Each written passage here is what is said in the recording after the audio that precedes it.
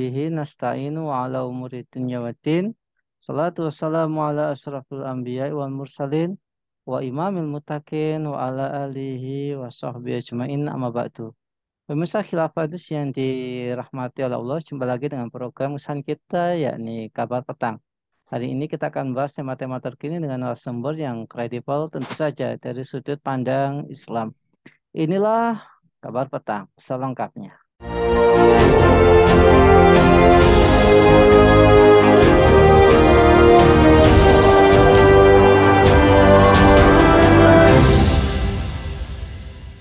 Pemirsa, Kementerian Kesehatan yang dikelola oleh Hamas mengatakan jumlah korban tewas di Gaza telah melampaui 10.000 orang.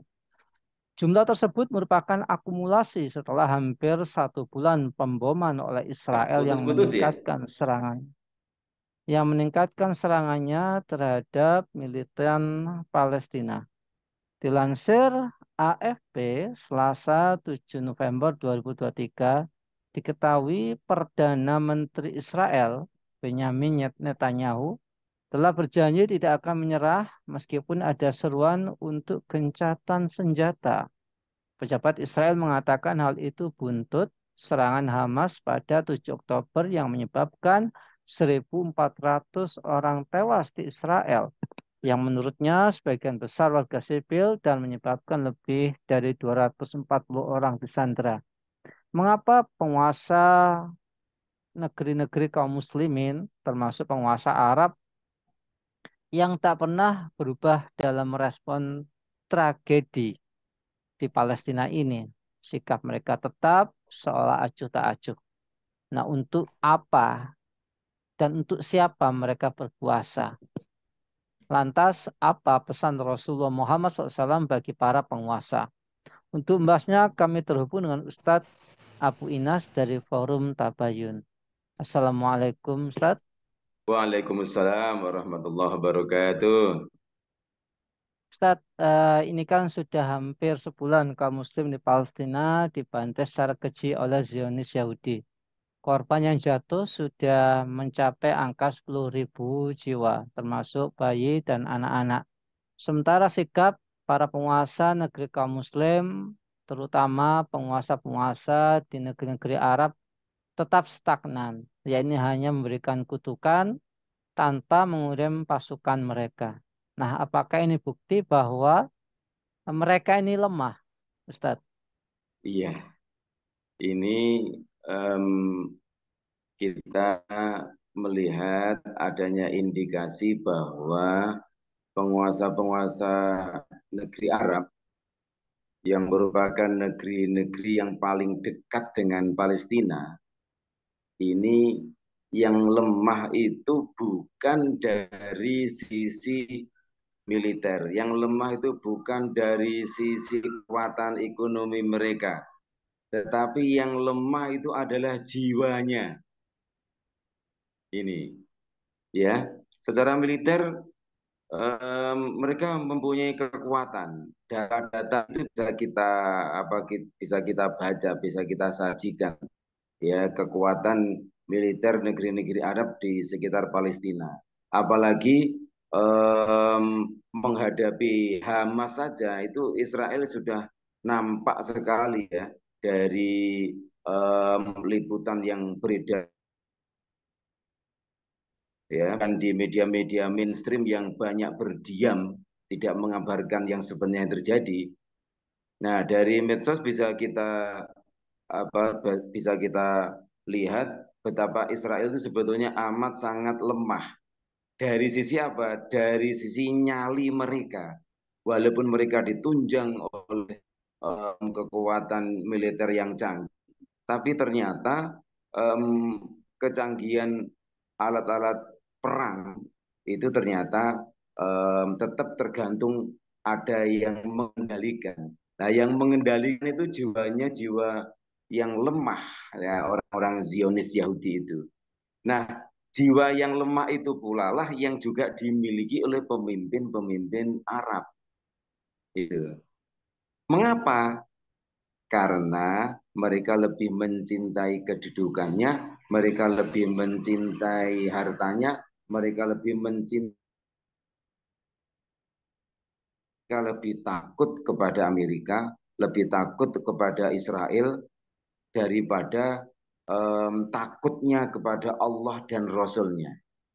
Nah, ini data-data sebetulnya bisa kita apa ya bisa kita sajikan ya baik dari apa laporan-laporan internal kaum muslimin maupun laporan-laporan dari apa dari barat bagaimana negeri-negeri Timur Tengah itu telah melakukan apa belanja peralatan militer dan sebagainya itu sebenarnya sudah cukup untuk mengimbangi Israel yang penduduknya kurang lebih sekitar 6 jutaan ya enggak sampai 7 juta lah. Sementara negeri-negeri kaum muslimin di sekitar Palestina itu ya ratusan juta kalau di total itu. Nah, ini merupakan satu kekuatan tersendiri ya. Dan juga bisa kita lihat di medsos itu sebetulnya warga Arab yang saat ini terpecah menjadi beberapa negara itu sudah animonya itu keinginannya untuk berjihad ke Palestina sebelum sudah tidak bisa dibendung lagi. Tapi siapa yang mencegah? Yang mencegah adalah para penguasa.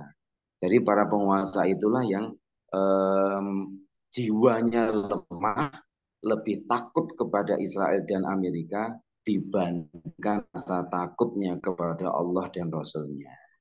Demikian, Mas. Iya, Ustadz. Lantas mereka ini apa ya para penguasa negara Arab itu mereka ini berkuasa untuk apa kira-kira ya? Nah, lantas kalau menurut pandangan Islam itu Oh, bagaimana, gitu? Apakah mereka berkuasa supaya punya mobil, punya istana, kemudian bisa 3 periode mungkin, atau seperti apa ya? iya. Jadi begini, memang benar ya, apa ya, kesadaran umat Islam untuk berkuasa, artinya umat Islam itu masih mempunyai kesadaran bahwa berkuasa itu penting. Akan tetapi banyak yang lupa untuk apa mereka berkuasa. Nah ini, untuk apa umat Islam itu berkuasa? Mereka mengejar sedemikian rupa, bahkan sampai saling sikut dan sebagainya dengan apa? Dengan kompetitor gitu ya. Tapi begitu sudah duduk di kursinya, mereka lupa untuk apa berkuasa, gitu ya. Padahal ya kita berkuasa itu atau kekuasaan dalam paradigma Islam itu yang pertama kekuasaan itu mempunyai tugas untuk melindungi umat Islam, menjaga ukhuwah atau kepersaudaraan dan kesatuan serta persatuan umat Islam, serta lebih penting lagi adalah menjaga kedaulatan, ya, terutama kedaulatan wilayah. Jadi seorang penguasa itu tidak boleh membiarkan tanah kaum muslimin walau sejengkal itu dianeksasi, dijajah, dijarah, digarong oleh penjajah. Itu yang pertama. Kemudian yang kedua, apa namanya? Setiap penguasa muslim itu mempunyai tugas untuk menegakkan, menerapkan Islam yang kafah, tidak Islam yang separuh-separuh, atau bukan Islam yang prasmanan, yang enak-enak diterapkan, yang berat-berat, ajaran Islam yang dirasa berat-berat ditinggalkan. Nah, ini tugas yang kedua, yaitu apa? Memberlakukan Islam secara kafah. Nah, ini. Dan yang ketiga, penguasa Muslim itu mempunyai tugas untuk mengemban risalah Islam ke berbagai penjuru dunia. Nah, ini dengan apa menyebarkan Islam ke penjuru dunia itu? Yakni dengan dakwah dan jihad. Nah, tiga hal ini ada sih sedikit-sedikit itu dilakukan, tetapi apa ya, masing-masing dari tiga poin itu diterapkan, tapi sangat jauh dari sempurna. Akibatnya apa? Akibatnya darahnya umat Islam mudah ditumpahkan, hartanya umat Islam sumber daya alamnya itu mudah dijarah, bahkan lebih dari itu, tanahnya umat Islam itu begitu mudahnya dianeksasi, dijarah, digarung, dicaplok, dikuasai oleh musuh-musuh Islam. Sudah sudah begitu, ya. Karena penguasa itu tidak memberlakukan Islam secara kafah dan tidak mendakwakan Islam secara sempurna ke seluruh alam, akhirnya umat ini sudah dalam keadaan terhina, tertindas, itu tidak mendapatkan penyuluhan yang benar, penguatan yang benar dari sisi mentalitasnya. Akhirnya apa? Lama-lama kezoliman yang menimpa mereka itu dianggap suatu hal yang biasa. Sabar, sabar, sabar. Memahami kesabaran dalam perspektif yang salah. Nah ini, jadi begitu Mas. Ya, Apa ya namanya? Banyak di antara kita itu lupa hakikat berkuasa itu sebenarnya untuk apa. Nah insya Allah demikianlah kurang lebih perspektif apa ya kekuasaan dalam pandangan Islam dan ya. demikian Mas. Baiklah, Ustaz. Apakah penguasa yang berkhianat, termasuk yang berdiam diri dan enggan membela kaum muslim yang tertindas dimanapun, wabil khusus di Palestina saat ini sangat bertentangan dengan contoh Rasulullah Muhammad SAW. Kemudian apa pesan Rasulullah Muhammad SAW kepada penguasa dan kaum muslim ketika mengalami penjajahan, pendudukan, dan pembantaian yang dilakukan oleh Zionis Yahudi sekarang ini, Ustaz? Ya, em, memang benar ya kekuasaan itu adalah amanah. Ya, kekuasaan itu adalah amanah. Di dalam Al-Quran surat An-Nisa ayatnya nomor 58 itu Allah berfirman, A'udzu billahi minasyaitonir rajim. Innallaha ya'murukum an tu'addul amanati ila ahliha wa idza hakamtum bainan nasi an tahkumu bil adl. Sungguh Allah menyuruh kalian memberikan amanah kepada orang yang berhak menerimanya, juga menyuruh kalian jika menetapkan hukum. Nah ini, menetapkan hukum itu kan dalam ranah kekuasaan. Ya, menetapkan hukum di antara manusia agar kalian berlaku adil. Nah, ayat ini menyiratkan bahwasanya amanah itu kekuasaan itu adalah amanah. Jadi pada dasarnya sebagaimana ditegaskan oleh Imam Ibnu Katsir, amanah adalah taklif syar'i yang harus dijalankan dengan sepenuh hati dengan cara melaksanakan perintah dan menjauhi larangan Allah. Jika penguasa itu melaksanakan taklif tersebut, maka ia akan mendapatkan pahala yang besar dari sisi Allah. Namun, jika ia melanggar, berarti dia khianat. Amanah berupa kekuasaan dari Allah dan Rasulnya, bahkan dari umat Islam yang menyerahkan kekuasaan itu kepadanya, ternyata dikhianati. Nah ini, pelanggaran terhadap taklif itu akan menghasilkan siksa yang sangat besar. Nah, bagaimanakah bentuk bentuk pengkhianatan ya pengkhianatan seorang penguasa terhadap amanah itu bentuk-bentuknya itu diuraikan oleh Imam Fudail bin Iyad. Beliau menjelaskan bahwasanya yang paling sederhana daripada pengkhianatan terhadap kekuasaan, amanah kekuasaan itu misalnya penelantaran, ya penelantaran dalam bentuk tidak menjelaskan urusan-urusan agama ini kepada Allah. Berarti tidak melakukan penyuluhan-penyuluhan dan pendidikan, tidak membangun kepribadian Islam baik akliyah maupun nafsiyahnya pada diri umat, kemudian tidak menjaga syariah Allah agar tetap tegak, bahkan membiarkan pemikiran-pemikiran yang justru menikam dan menusuk syariah Islam. Kemudian mengubah-ubah makna dari suatu ayat-ayat Allah ataupun hadis-hadis dari makna yang seharusnya.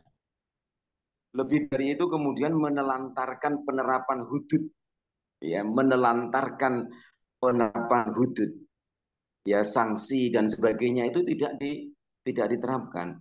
Begitu syariat itu terlantar, apa yang terjadi? Hak-haknya rakyat, hak-haknya umat Islam itu pasti akan terampas. satu yang lain akan terampas. Terlebih lagi ketika musuh datang menyerang, maka karena penguasanya khianat, maka rakyat dalam hal ini umat Islam itu bagaikan anak ayam kehilangan induk. Mengapa? Karena nggak ada lagi yang melindungi. Padahal Rasulullah Shallallahu Alaihi Wasallam bersabda dalam satu hadis yang sangat terkenal itu ya, Innamal imamu junnatun yuqataluna min wara'ihi wa yuttaqobih. Yang artinya imam, khalifah, kepala negara itu laksana tameng, laksana perisai. Orang-orang akan berperang di belakangnya, maksudnya berperang di bawah kepemimpinannya, dan mereka berlindung di belakangnya. Nah, hadis ini memberikan satu turunan bahwa seorang pemimpin itu mempunyai tanggung jawab yang besar terhadap rakyatnya, dalam arti memberikan kesejahteraan, memberikan perlindungan dari serangan-serangan musuh. Jangankan serangan musuh, pemimpin itu memberikan perlindungan keamanan dari terperosok dalam lubang gitu. Apalagi kalau ada musuh menyerang sebagaimana yang saat ini menimpa saudara-saudara kita di Palestina. Maka sungguh para penguasa saat ini telah melalaikan amanah kekuasaan yang telah diberikan oleh Allah dan Rasul-Nya, dan kaum muslimin yang memilihnya, menyerahkan kekuasaannya pada mereka, maka mereka telah berkhianat. Sungguh dosa sangat besar akan diberikan oleh Allah dalam bentuk azab ya kepada para penguasa yang memandang kekuasaannya itu justru sebagai sebuah fasilitas, justru sebagai sebuah kemewahan yang dengan itu antar mereka saling berebut dan berlomba-lomba memperebutkannya, lalu melalaikan amanah yang sebenarnya sebagai seorang penguasa. Nah, pesan Rasulullah Shallallahu Alaihi Wasallam ya terkait dengan fakta saat ini, di mana kaum muslimin di Palestina itu seolah-olah menghadapi deritanya itu seorang diri, seolah-olah itu kaum muslim di berbagai negeri yang lain itu tidak tergerak hatinya untuk memberi pertolongan yang paling mereka butuhkan, yaitu pertolongan militer. Siapakah yang membalaskan mata mereka yang tertusuk dengan cara menusuk mata musuh? Siapakah yang membela darah yang tertumpah? Siapakah yang membela harta yang terampas berupa tanah yang dicaplok? Memang ada di antara kita yang memberikan bantuan berupa harta benda, ya, mengirimkan kain kafan yang dibutuhkan, obat-obatan dan sebagainya. Namun yang paling dibutuhkan oleh Palestina saat ini adalah bantuan militer untuk berjuang bersama-sama Palestina mengusir penjajah. Nah, mengapa ini tidak terjadi? Karena negeri-negeri Islam terjebak di dalam sekat-sekat nasionalisme. Padahal Rasulullah Shallallahu Alaihi Wasallam telah wasiat, ya, dan terutama wasiat Rasulullah ini ditujukan kepada para penguasa, karena mereka lah saat ini yang menjadi um, apa yang menyebabkan nasionalisme itu dapat terlaksana atau tetap bercokol di benak kaum muslimin. Rasulullah Shallallahu Alaihi Wasallam bersabda dalam satu hadis yang diriwayatkan oleh Imam Ahmad, Ya ayuhan nas, ala inna rabbakum wahidun, wa inna abakum, wa inna abakum wahidun, ala la fadla li arabiyyin ala ajamiyyin, wala li ajami ala arabi, wala ahmara ala aswad, wala aswada ala ahmara illa bittaqwa. Nah ini, wahai manusia, ingatlah kalian bahwa Tuhan kalian itu satu, Bapak kalian juga satu. Ingatlah tidak ada keutamaan bagi orang Arab atas non-Arab, juga bagi orang non-Arab atas orang Arab. Tidak ada keutamaan bagi orang berkulit merah atas kulit hitam, juga bagi orang berkulit hitam atas kulit merah, kecuali karena ketakwaannya. Ini pesan Rasulullah Sallallahu Alaihi Wasallam agar kita mencampakkan nasionalisme. Sekat-sekat berdasarkan kebangsaan itulah yang menjadi penghalang utama negeri-negeri Islam itu mengirimkan bantuan militer kepada Palestina. Nah, kalau sekat-sekat yang ada dalam benak ini bisa kita hancurkan sesuai dengan perintah Rasulullah Sallallahu Alaihi Wasallam dalam hadis tersebut, maka inilah yang paling ditakutkan oleh musuh-musuh Islam. Kalau sekat-sekat ini sudah berhasil dihilangkan, maka kaum muslimin dimanapun berada itu merasa satu ikatan, satu tubuh.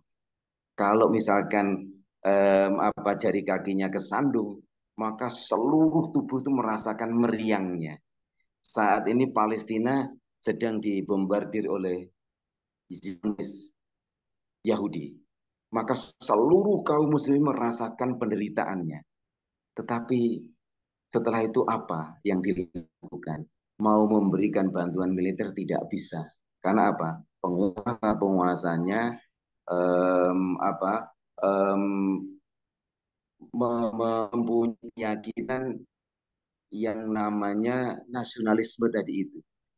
Nasionalisme itulah yang kemudian menyekat pemahaman mereka sehingga apa yang menimpa Palestina itu adalah seolah-olah persoalan Palestina sendiri. Nah ini sangat fatal sekali sehingga saudara-saudara kita tidak ada yang membela secara kekuatan militer. Nah ini pesan Rasulullah ini mudah-mudahan sampai ya kepada para penguasa-penguasa kita, wabil khusus penguasa-penguasa kita di negeri-negeri Arab yang notabene-nya adalah negeri yang berdekatan dengan Palestina. Mudah-mudahan pesan Rasulullah untuk mencabut ya untuk membuang jauh-jauh nasionalisme, kesukuan, kebangsaan. Ya, bangsa yang satu itu tidak lebih mulia dibandingkan bangsa yang lain. Bangsa Arab tidak lebih mulia dari bangsa non-Arab. Bangsa non-Arab pun tidak lebih mulia daripada bangsa Arab, kecuali yang paling mulia di antara mereka adalah ketakwaannya. Hadis ini mengandung pesan bahwa kaum muslimin itu satu. Kulit, warna kulit, bahasa, kemudian ikatan geografis itu tidak boleh menjadi sekat yang menjadi penghalang bersatunya kaum muslimin dan saling tolong menolong di antara mereka. Itulah insya Allah pesan dari Rasulullah yang sangat relevan dengan kejadian yang menimpa saudara kita di Palestina saat ini dan di dalam memberi memberi pemecahan secara pemikiran terhadap penguasa-penguasa kita yang saat ini masih terkungkung di dalam faham nasionalisme. Begitu, Mas. Baik, terima kasih Ustadz atas penjelasannya. Semoga ini menjadi penggerak bagi kaum muslimin untuk menghilangkan sekat-sekat nasionalisme itu. Ya, jadi tidak Iya, usah iya. sekat. Kalau tidak ada sekat kan enak nyerangnya ya. Tidak usah, wis, tidak usah tidak Siap, ada yang bisa insya menghadang. Allah. Nah, Enggak. gitu. Ya, cuma untuk menghilangkannya butuh khilafah. Wah, betul, betul, betul, betul, betul ini Masya ya. Allah, Ya. matur nuwun Ustaz. Makasih atas penjelasannya. Semoga ini ya sekali lagi membuka mata para penguasa negeri kaum muslimin untuk bersatu. Ya, semoga Ustadz Abu Inas sekeluarga senantiasa dilindungi oleh Allah Subhanahu Wa Taala. Keluarganya dijadikan keluarga yang sakinah, mawadah, warahmah. Amin ya rabbal alamin. Baiklah Demikian juga pemirsa. jangan dan para pemirsa. Amin. Amin ya rabbal alamin. Masya Allah. Baik, pemirsa sekalian yang dirahmati Allah, jangan lupa ya untuk subscribe, like, komen, dan share sebanyak-banyaknya. Insya Allah kita akan mendapatkan kebaikan di dunia maupun di akhirat nanti. Saya Nana Setiawan undur diri. Mohon maaf apabila ada kekurangan kesalahan. Ihdinas siratal mustaqim. Wassalamualaikum warahmatullahi wabarakatuh.